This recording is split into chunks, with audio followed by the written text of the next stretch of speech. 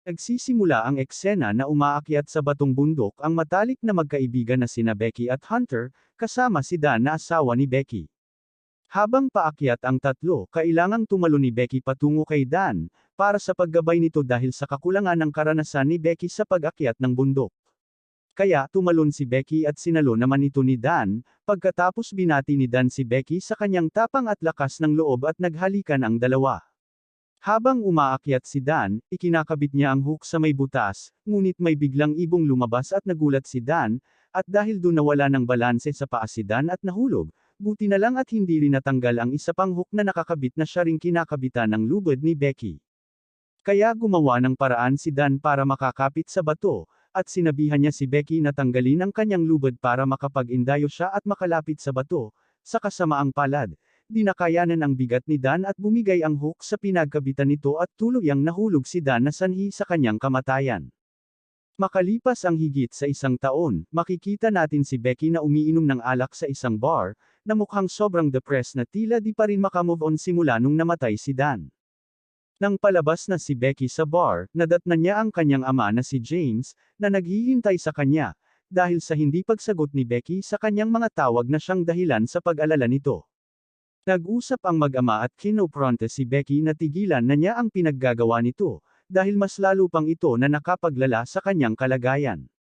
Sumagot si Becky sa kanyang ama na hindi niya kayang makamove on, dahil sa sobrang mahal niya si Dan at namimiss na niya ito. Ngunit pinabulaanan niya si Becky na kung nagkapalit sila ng sitwasyon ni Dan, kung si Becky ang nasawi, magdalamhati rin ba si Dan sa kanya? At di rin ba makamove on kahit mahigit sa isang taon na ang nakalipas, malamang kinalimutan na niya si Becky. Pagkatapos nun, sinabihan niya ang kanyang ama na kailangan na muna niyang mapag-isa at naglakad mag-isa si Becky pauwi. Pagdating sa kanyang apartment, nakita ni Becky kanilang masayang larawan, at dahil dun umiiyak ng labis si Becky dahil sa sobrang lungkot na kanyang nadarama, at naisipan niyang magpakamatay sa pamamagitan sa pag-inom ng labis na dosage ng gamot. Buti na lang nagkataon na tumawag ang kanyang matalik na kaibigan na si Hunter, at dahil dun di niya natuloy ang tangkang pagpakamatay ni Becky. Pagdating ni Hunter sa apartment ni Becky, nag-usap ang dalawa tungkol sa kalagayan niya. Dahil nag-alala rin si Hunter sa kanya, sapagkat mahigit sa isang taon na rin silang hindi nagkikita, at sinabi rin ni Hunter kay Becky na tumawag rin ang kanyang ama sa kanya nung nakaraang linggo, upang bisitahin siya at samahan para makalimutan na ni Becky ang pangyayaring aksidente na ikinamatay ni Dan. Pagkatapos ng pag-uusap na iyon, inimbitahan ni Hunter si Becky na akyatin nila ang isang TV tower na may taas na 2,000 talampakan bago ito gibain sa mga susunod na buwan.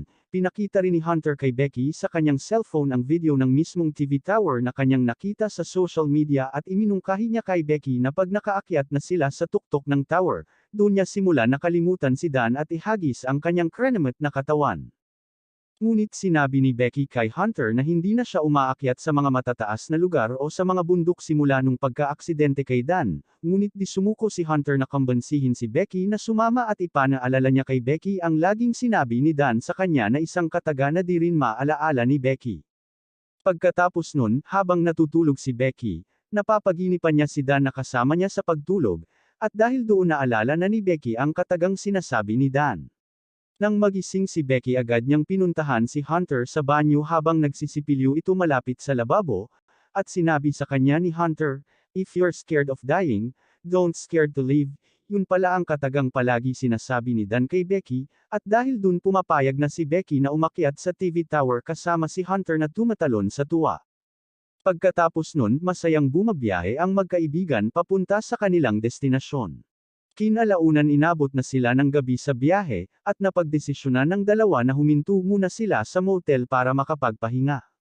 Pagkadating doon habang nag-uusap ang dalawa sa dining area, biglang tumunog ang cellphone ni Becky, na nagpapahiwatig na ito'y malapit nang mawala ng baterya.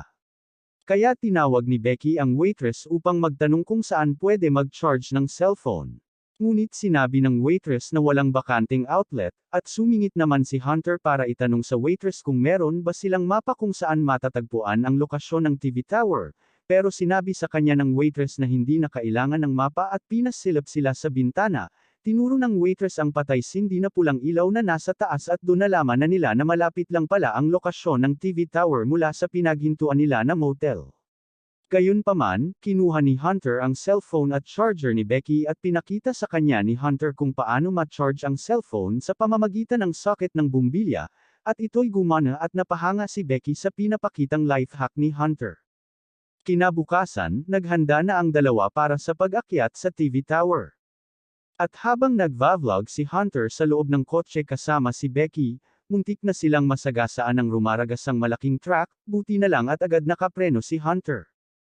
Nang malapit na sila sa lokasyon ng TV tower, di nila inasahan na meron palang gate at nakakandado pa ito at hindi sila makapasok dala ang kanilang sasakyan.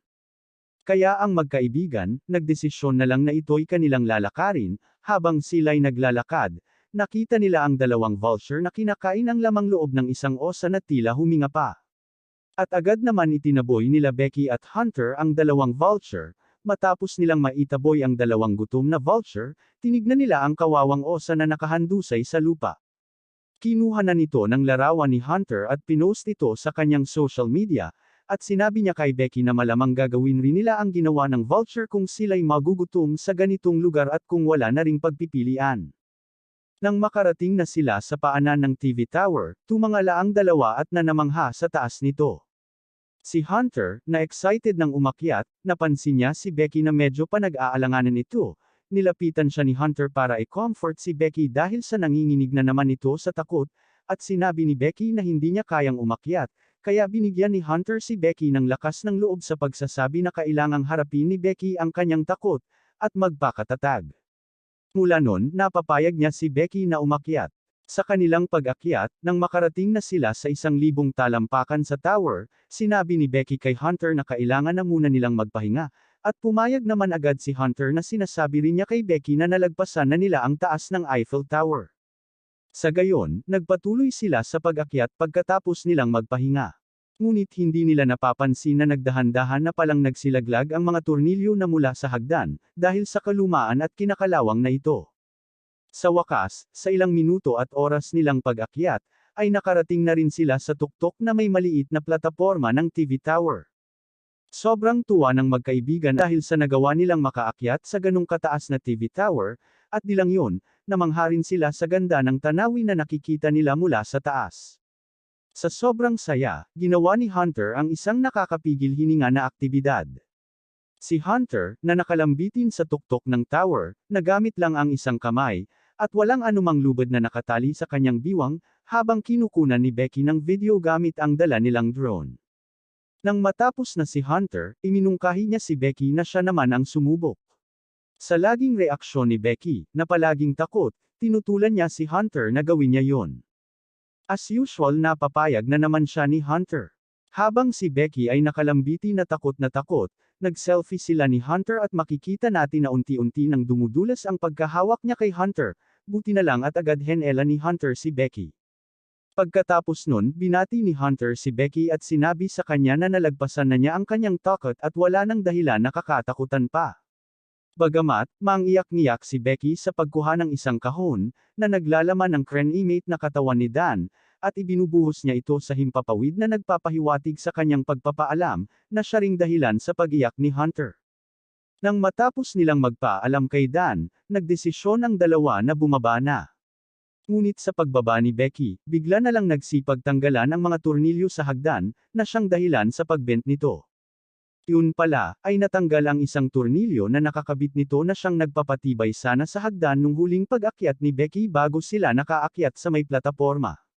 Kaya nagbent ang hagdan at dun lakambitan si Becky habang nakahawak ng mahigpit at sumisigaw ito habang natataranta, ngunit tuluyan rin itong natanggal at nahulog si Becky pati na rin ang dala niyang bag na naglalaman ng supply ng tubig at ang drone, buti na lang at mabilis ang reaksyon ni Hunter at nakakapit agad ito sa poste, kung hindi, malamang nahulog na tong dalawa. Daling-dali na hinayla ni Hunter si Becky para mailigtas, kahit nahihirapan si Hunter sa paghila niya kay Becky.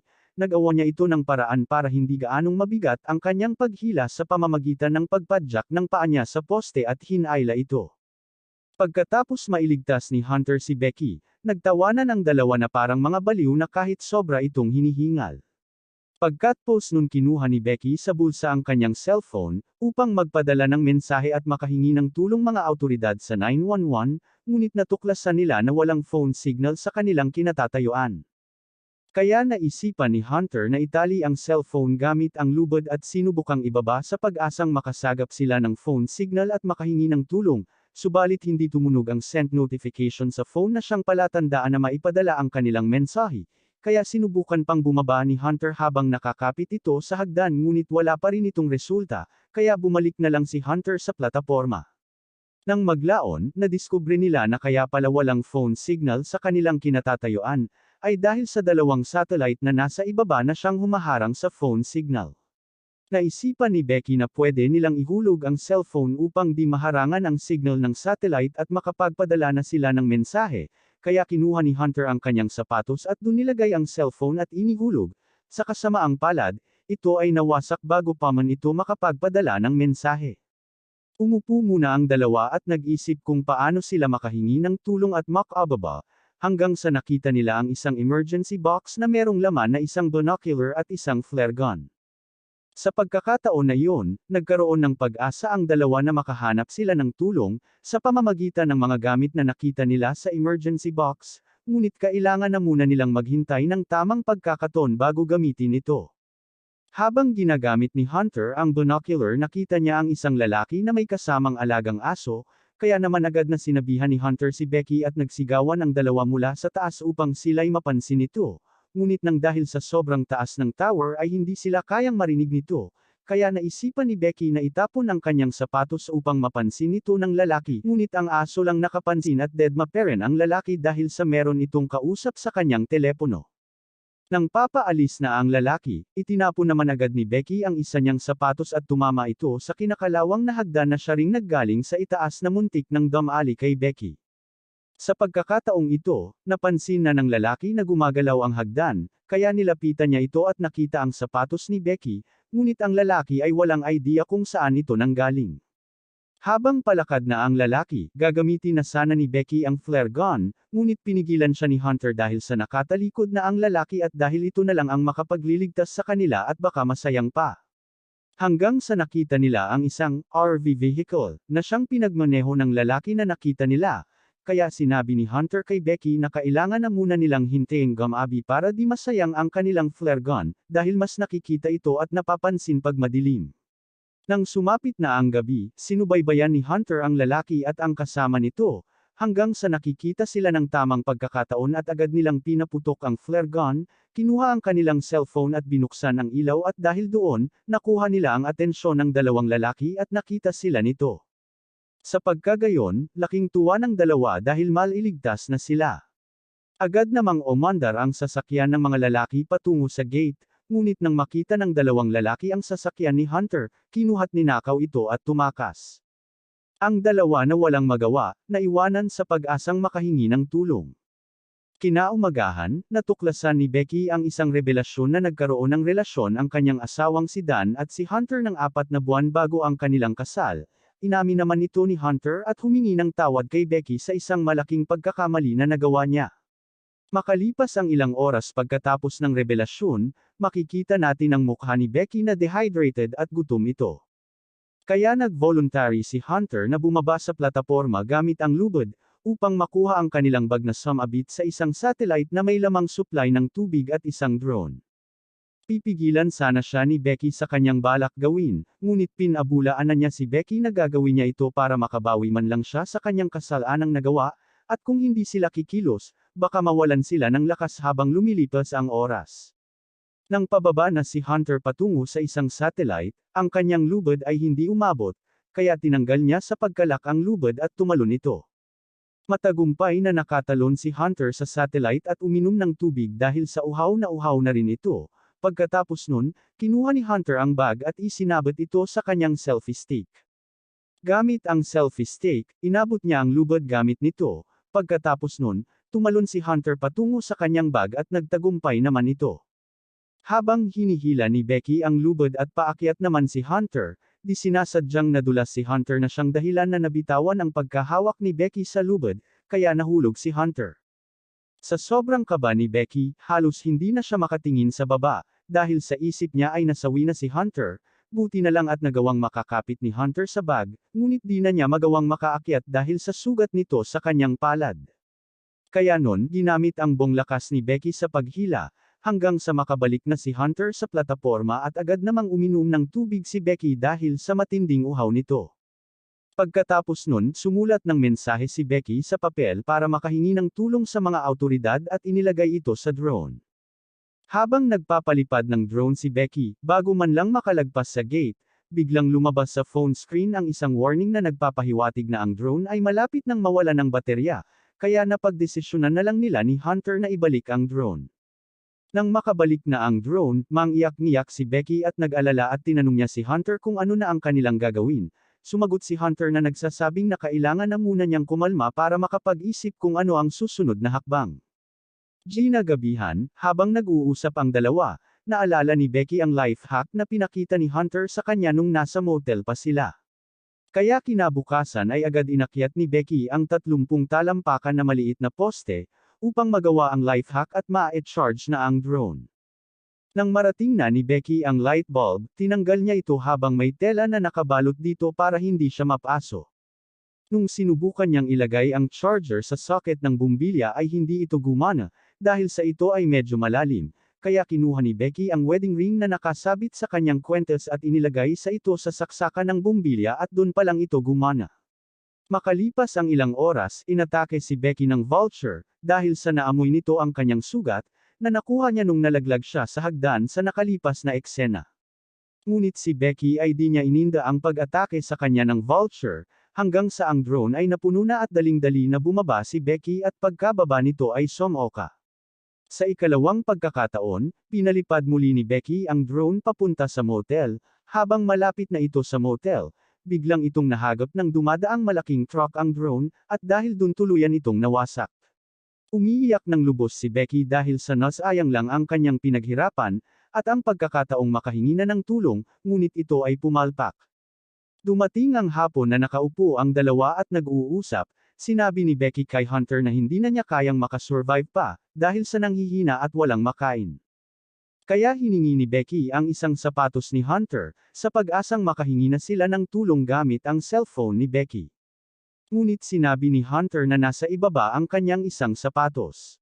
Ngunit iginiit ni Becky na suit ni Hunter ang sapatos at nakikita niya ito. Kaya pinaalala ni Hunter si Becky nung panahong nahulog siya, at sinabi niya kay Becky na hindi talaga siya nakakapit sa bag at nahulog talaga siya sa panahong yun, kaya tumingin si Becky sa ibaba at doon niya nakita ang patay na katawan ni Hunter na unti-unting kinakain ng vulture. Doon niya napagtanto, na kaluluwa pala ni Hunter ang kasama niya simula noong nahulog ito. Kaya sobrang naghihinagpis sa pag-iyak si Becky sa di pagkatanggap na nawala na ang kanyang matalik na kaibigan. Sa kinagabihan, nakahiga si Becky ng payuko sa plataporma, dahil sa lakas ng hangin, habang nakasulyap ito sa bangkay ni Hunter, at pagkatapos nun pinanood niya sa kanyang cellphone ang lumang video nung bata pa siya, kasama ang kanyang amang si James. Sa kabilang banda, makikita natin na nasa loob ng sasakyan si James, at laging tinatawagan si Becky dahil sa sobrang pag-alala nito. Kinabukasan, bumalik tayo kay Becky, na makikita natin na nakasandal sa poste, na parang wala ng buhay, ngunit ito'y isang pagpapanggap lamang para mahuli niya ang umaaligid na vulture. Nang makalapit na ang vulture kay Becky, sinimulan na nito kainin ang kanyang binti na may sugat.